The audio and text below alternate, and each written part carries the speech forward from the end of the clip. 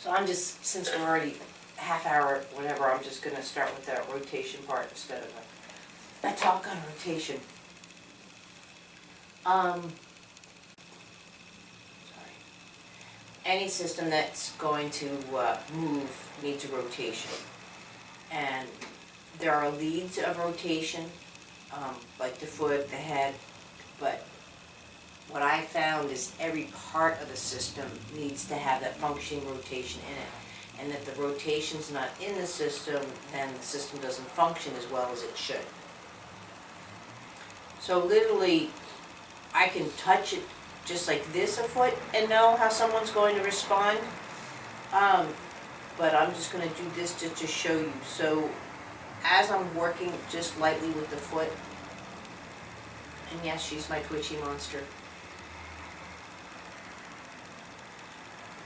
I'm just looking to do, actually right now, an evaluation on the rotation. I don't normally do that when I work on someone. I just get right to work. There's no reason that I need to evaluate someone.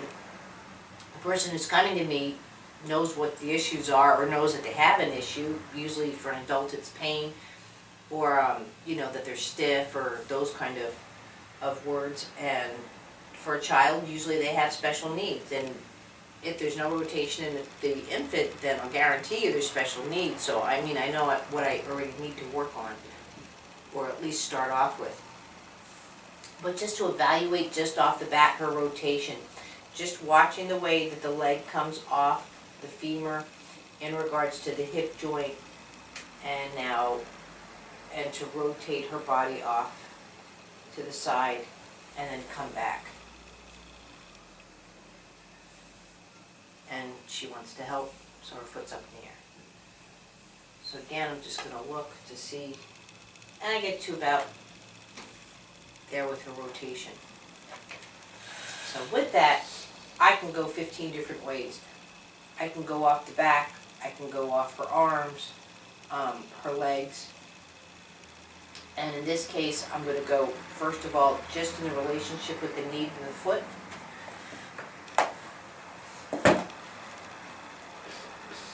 And if you're an adult, this is getting in and out of a car, this is getting in and out of a booth of a restaurant, or being able to go handle working at the sink and then going over to the dishwasher.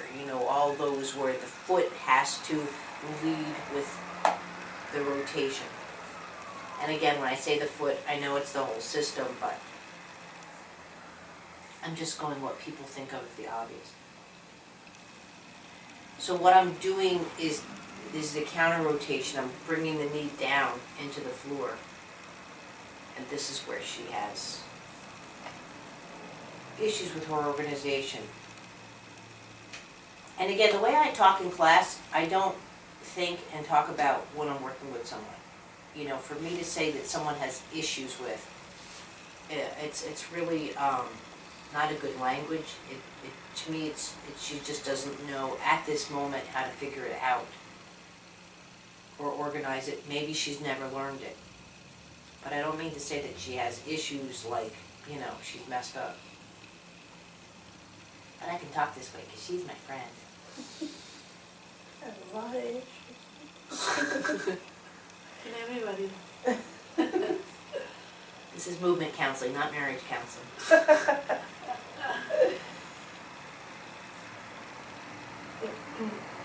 So right there, already now the chest is starting to respond to that rotation. So just that little bit, see also how she's starting to counterbalance? If I bring the heel down, see how the knee goes up and the hip goes down. It's a real subtle thing. So just from that, already the difference with her rotation, just from the foot, from that little bit. So when she learns a move, she has to do it over and over so her brain remembers, or No, you don't necessarily need to practice. Like right now, if you brought a trampoline in or a bicycle in, haven't rode a bicycle in a while, I haven't jumped on a trampoline in a while, I don't need to constantly practice to be at that state. if I'm doing these kind of things, or if I go and doing my karate, all of these kind of movement presentations can lead into how efficient I go to jump on something or I go to ride a bicycle. Because if I do this in karate, as I fall over, you know, I'm getting up, I was trying to visualize a bike and karate at the same time, but as I'm getting up on a bike, you know what I mean, it's the same, there's the same kind of movement, so you use them in different ways. A lot of people believe that it's a muscle memory.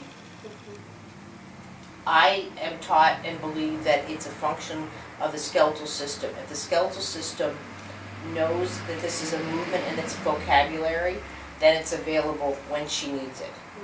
So when you get a movement lesson now, your brain, what it's getting is more options on how to respond to a situation. Most people look at how you will respond to the situation on what you've already done. So like when you go on a job and you're going to your boss and saying, but I really feel I can do this. I want to up the bar. I want to do something new in my life. And you're judged on your past performances more so than given a lot of opportunities of something that you can do going forward. So we kind of second guess ourselves, and that's more of an adult functioning with kids. If they know how to do something, they just do it. And if they don't know how to do something, or it's difficult, or it causes them pain, then they're actually smarter than us because they'll know not to do it. You're a mom with 3 kids, so if you wake up and your back hurts and this, that, and the other, you still have to get up and get them dressed and fed and take them to school. Whereas your kids are automatically like, oh, Mom, I don't want to do it, I don't feel good. And then we become adults and try and talk them through it. You know, there's a difference between a healthy stress and, you know, asking your child to try something that's new and different, even though that they have reservations. But at the same time, they're intelligent. If they really don't feel well or confident, they don't want to do the movement.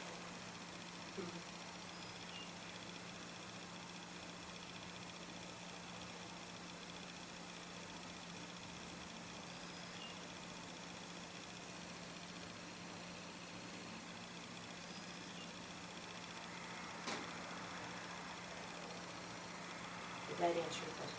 Yeah.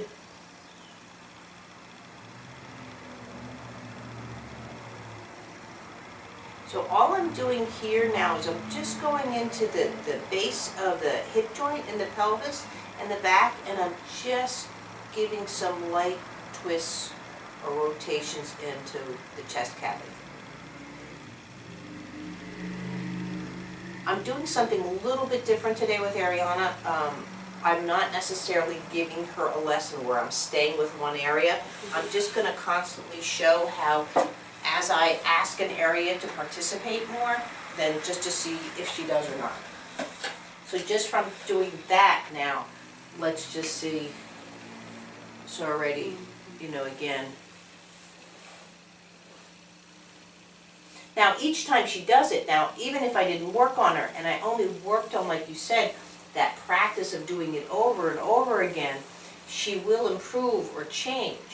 Now if I do something very fast though, she's only going to do what she naturally does. If I do something slower, so if I just take this rotation and just really were to slow it down, the brain has more of an opportunity to learn from it and see where she wants to make changes or differences.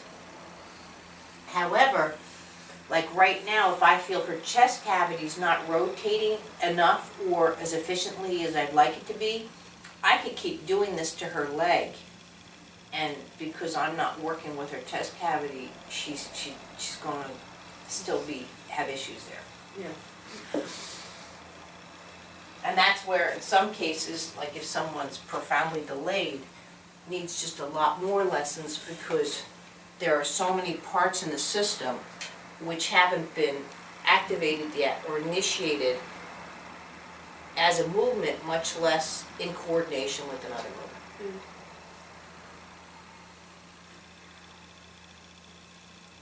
Do you want to take that off? Are you warm enough? Yeah.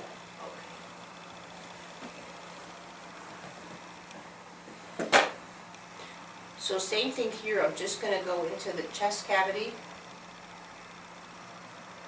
and I'm supporting the back of the scapula through the shoulder rotation. And right now, I'm just making contact, because I know with her, if I go too fast, then especially in this position, she'll jump on me. But again, this is a rare feature that you'd have with somebody. Are you holding her back right now? Yeah. I'm right behind the whole scapula. Because that's the one real big belief I found. Even in this position, she's comfortable, she's had enough lessons from me, she knows my table, she knows my office, this isn't new to her. But the more you stabilize someone's vestibular system and their internal balance, the more that they have the opportunity to learn. If she's worried, if I don't have my hand here and I'm just going to push her back, she might fight me for some reason. And the reason is because her system doesn't know where it's going. But if I'm here just like dancing and I'm there to support her, she'll respond completely different.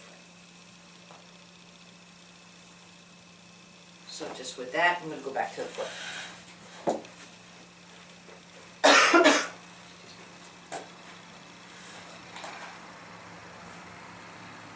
So even now the slide of her leg is different.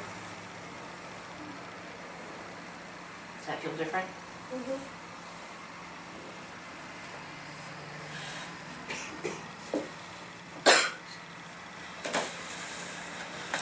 Here I'm just going to work with the rotation of the arm.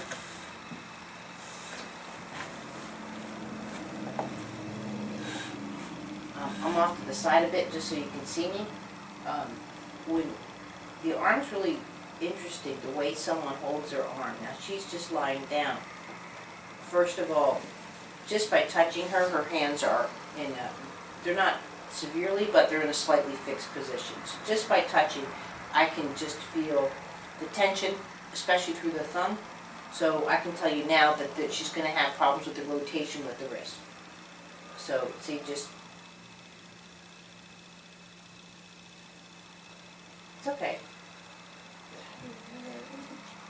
So normally, I know a wrist in this position can be just loosey-goosey or floppy, and for some reason, she just wants to do it. I'm assuming it's going to be more the elbow and the bicep. So with that, I'm just going to acknowledge the elbow. And again, I'm working off to the side just so you can see.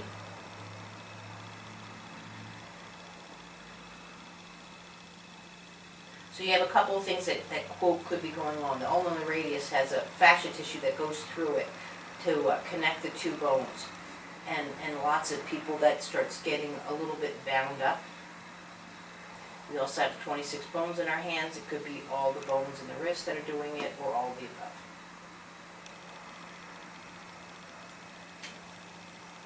So I'm just going to go down right here.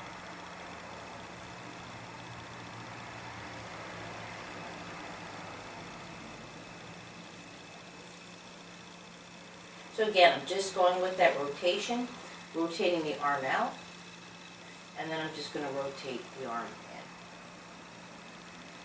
And again, all I'm trying to show here, not so much the touch of a movement lesson, it's just that if you use rotation in your conversation, it makes a huge difference. So just from working with the arm like that, and again, I'm just going to see if it makes a difference.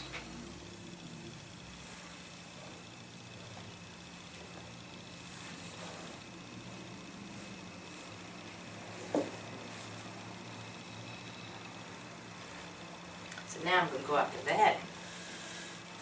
So with that, I'm just going to take the pillow out for a second.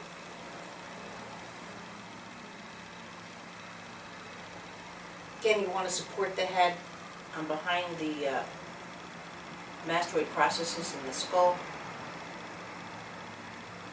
And just from this now, I'm not trying to lift the head, but just from being in the back part of the skull, trying to quote, it's a minor lift, but a rotation. I can feel how heavy the head is at this moment, which isn't in her best interest, and the lack of rotation. So, but again, I like to keep two hands on the system.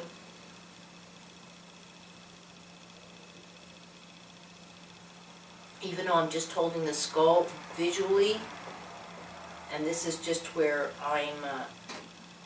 am more visual, I have in my mind's eye her whole upper rotation of the shoulder girdle, from this shoulder to this shoulder, so I can feel or visualize. So that to me is like a sit bone too, which as you're pregnant, your sit bone's going to become more and more aware of, you know, as your pelvic floor starts to widen, getting ready for the baby.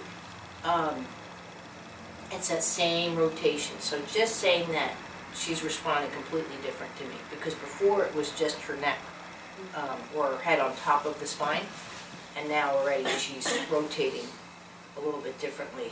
Do you feel that? Through the shoulders.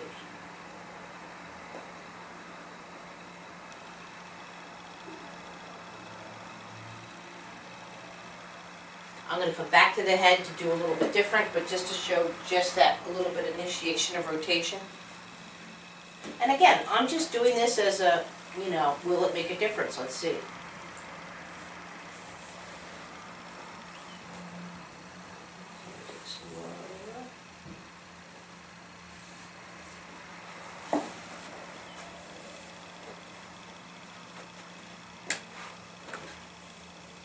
So this time, I'm going to bring the nose up.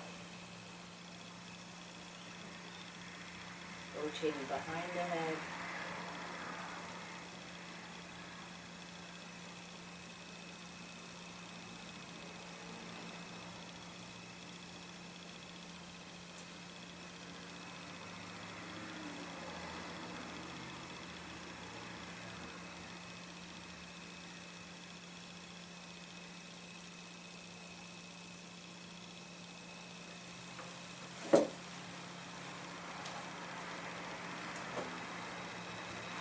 And by the way, everything that I'm discussing here is like the first weeks of life of the baby.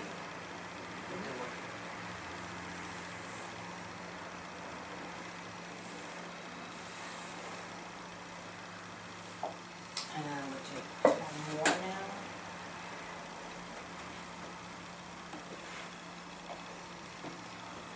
Coming in again behind the back, between the scapulas on this time, and through the elbow. So the baby should be rotating like that? The baby won't be rotating and rolling around, let's say, the first month, but what's going to be happening, and which is key, is the way the baby responds to stimuli. So the eyes are not separate from the head, meaning like if you sit there, you can, without moving your head, you can look at the door. The baby can't do that. The baby would have to rotate its entire head. So when the baby's not reacting to stimuli properly, that's when all these little things and rotations aren't showing up in a system or developing or adding to that vocabulary. So especially if a baby's restricted too much, swaddled, carried, you know, car seat, and again, people are doing it lovingly, there's no, you know, fault on that, but the best thing you can do to a baby is really to pass it around. You know, the difference of, you know, oh, here, Grandma, this, but as we become less and less involved with a global family, it really shows up in the movements of the baby.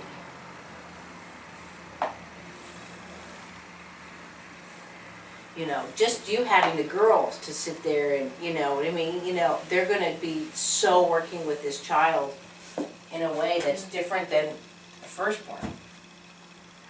Now, I'm going to ask you to get up and go on your other side, and I'm just going to compare the left to right. If you want, you can walk around first and just see if there's a difference just from that little bit. Yeah. The whole way I'm carrying this side is totally changed. It was like rigid a little bit, and now it's like relaxed. Especially right here. So all I'm just going to do is throw you on the table just to compare your other side. Okay. But I'm not going to work it. So you want me? I need you on your left side. So again, still facing in. There you go. So just with that, Yeah. the difference. Yeah, totally. It's like a twisted rubber band. But again, now, the right side's just gonna be naturally different than the left. You know, that's just who we are. The rib cages form differently, our faces are different left or right, the heart's not on the, it's not symmetrical, the lobes in the lung are not the same. So there are going to be differences. She might have sprained this ankle and not sprained this ankle, I don't know. You know, there's lots of life events that could happen. She could have been in a car accident, the way that she presents the foot to the gas is going to start, you know. If this knee got injured at one point, then she, you know, might be trying to protect it still and redirecting over to the right side. There can be tons of conversations that could be going on, and that's where you have to be sensitive to touch. I'm not judging her, I'm just going, that's interesting.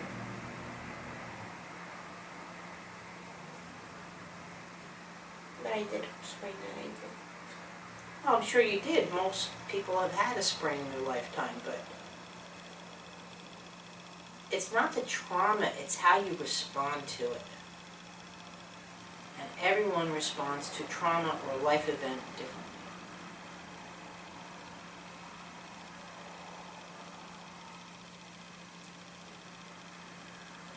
So all I'm doing in this case is actually rotating her heel.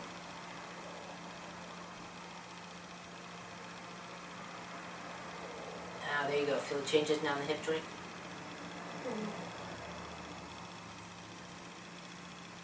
Sometimes when I work like this, all I can think of or visualize is like, you know how when people work on lock sleeves and they're just going, you know, when they're got their ear to it, how, you know.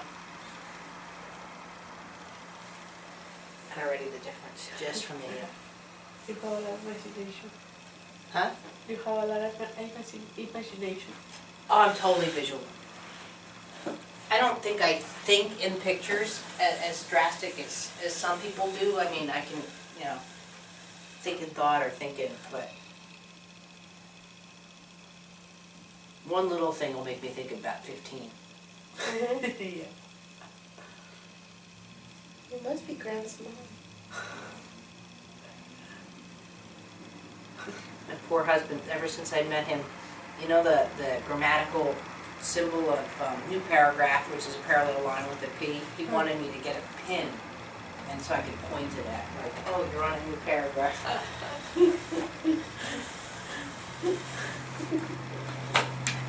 And I'm sure he thinks other things, but he keeps those to himself. It's already just...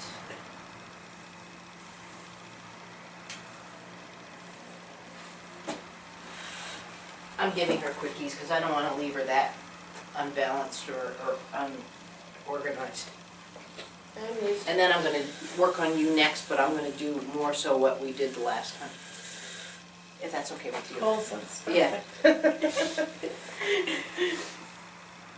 So, in this case, I'm just going to keep her arm the way it is. Sorry, Al, let me give you my back. Very similar to what I just did with the heel. So, in this case, again, I'm going to leave her there on purpose. So she kind of lifts up, presents up onto the hand.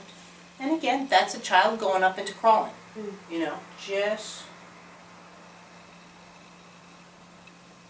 But what it is, what I'm finding, see how I can't put it at a 90-degree angle? This is a force. See how that would be forcing you? She already has to adjust her hand.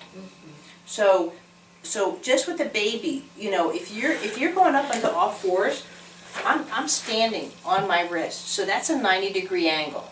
So if I can't do this lying down, she's not going to do it. You know what I mean?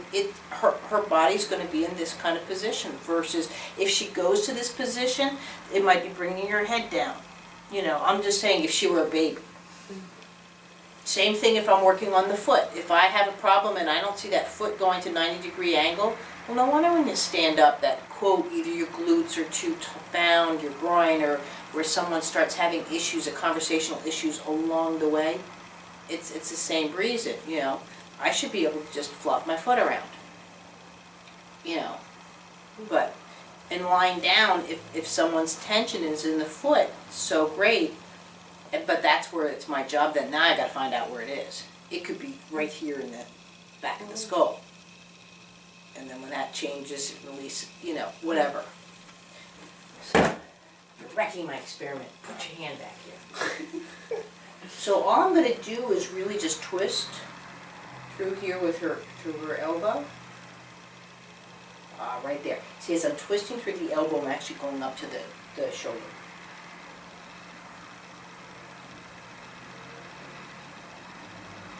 There's a lot of information for her, and that's why she's getting real jumpy.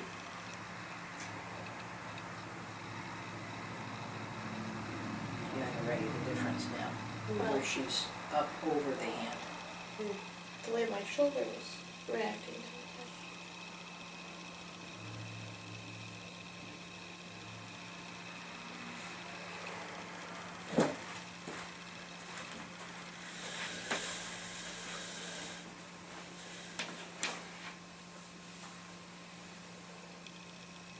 And see how the extension, watch just the wrist. See how as I move around now, how the arm extends and allows that to happen.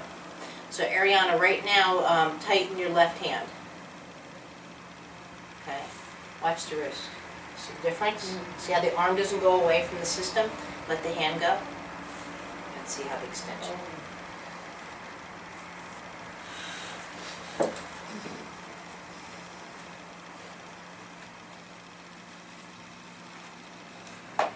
Now for this, I'm going to leave the pillow here, again, just to do something different. I'm going to raise her head a little bit. So my hands are underneath. You never want to go cup underneath the ear. And I'm just pulling along her spine and rotating the head at the same time.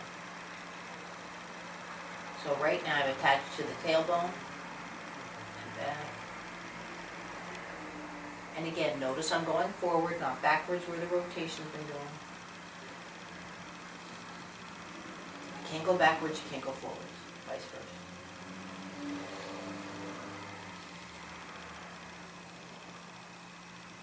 Every movement's complete.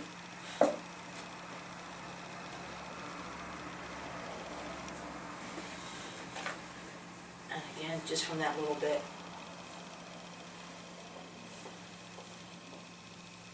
And here, I'm going to again do a little bit different, just quickly under the chest cavity. So I'm in the back, and I'm in here, right? You can go right into where the stomach is, but I'm actually, yes, I'm cool going into the stomach, but almost like a lift. This is something I won't do with you. So just working on that list, and now I'm going down. Does it affect the pregnant woman? Well, it can, but you know, again, she's, no offense, what are you, 12 weeks now, 11 weeks? 13. That sucker's like, Yeah.